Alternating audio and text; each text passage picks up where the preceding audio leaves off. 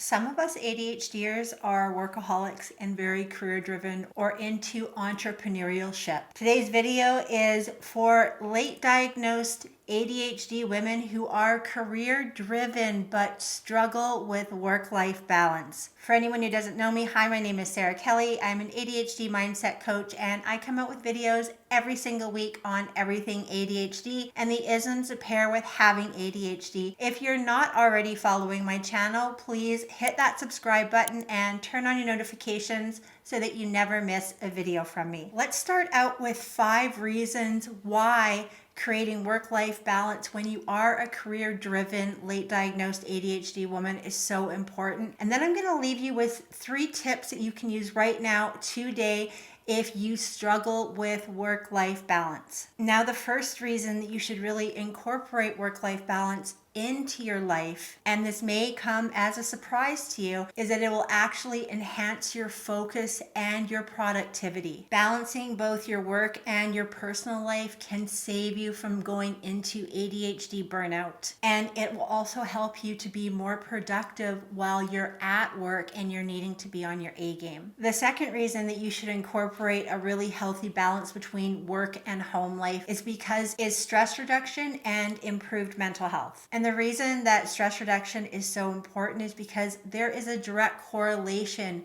between the amount of stress that we have and our executive function. So less stress, better executive functions. More stress, worse executive functions. So things like our working memory, knowing where to start in a task, emotional dysregulation, and impulsivity are all increased when we're in a state of stress.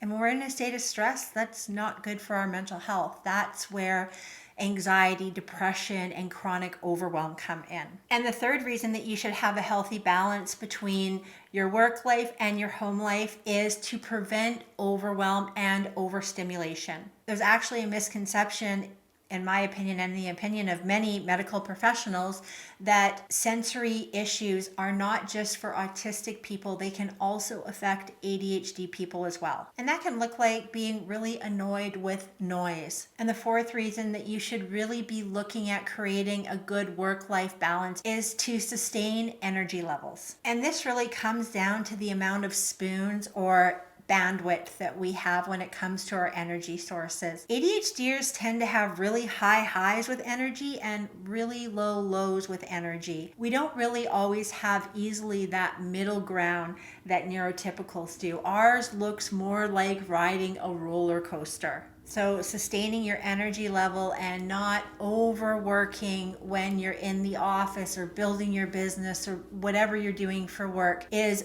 really, really important so that you don't crash and burn. And again, just talking about ADHD burnout, falling into that. Because the biggest productivity killer is burnout, where you can't get up for a couple of days because you have absolutely no more spoons to give. And the fifth reason that you should make sure that you have good work-life balance is for improved relationships. Focusing solely on one's career can get in the way of us having personal relationships. I know that I'm guilty of this. Being on my phone too much when my family is around and not being present for them because I'm responding to emails or my mind is off at the office and not at home with my family where it should be, does strain relationships.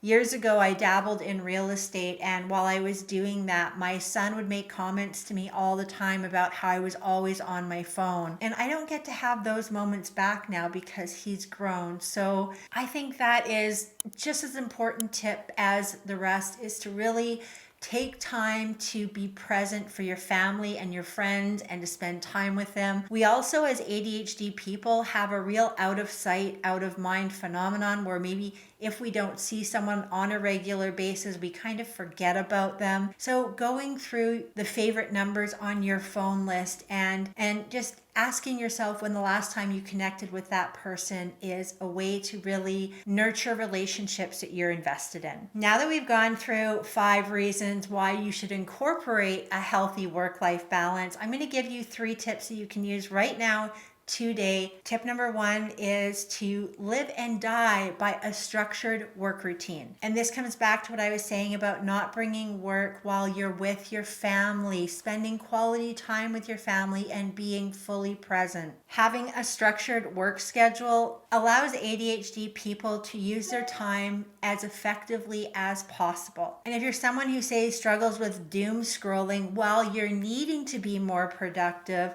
I suggest that you schedule the doom scrolling time in as well, but use it as a reward after you've gotten your work done. Tip number two, and I say this with the disclaimer of trying not to have shiny object syndrome with every new gadget and gizmo that is out there, but that is the use of technology and apps to be more efficient. I live and die by the calendar on my phone. If it's not in my calendar, I'm not going to be there. I'm going to forget about it. The use of apps and calendars can help you manage deadlines and obligations that you have, which will reduce the likelihood that you will drop the ball somewhere along the way. I also really love depending on my calendar because then I'm not in a constant state of worrying that I'm going to forget something.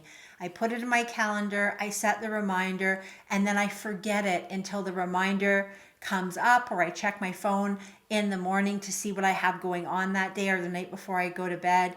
It gives me so much more mental bandwidth to focus on other things, and I'm not trying to depend on my working memory, which is not very good for me personally. I get to just put something in my calendar, set it, and forget it. And tip number three, my last tip, is regular review and adjustments. Once you have a structured routine and you're using the calendar, make sure that you're checking in to see if that is working. And a productivity app or a calendar is only as good as you being willing to use it. So if something absolutely isn't working for you, not that you're having shiny object syndrome and looking for the next latest and greatest all of the time, we do tend to do that at times, but just having that openness that if you have to shift something because it's not working, that you're willing to do that instead of ignoring or not utilizing that system or technology. But yeah, be really, really careful about trying too many new things at once because sometimes we get caught up in the details.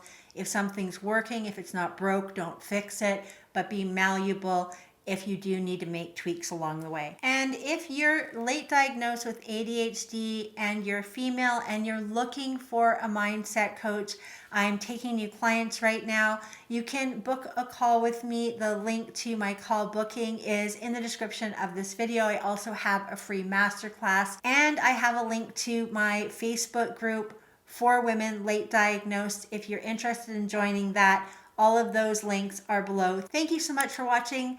I will see you next week in the next video.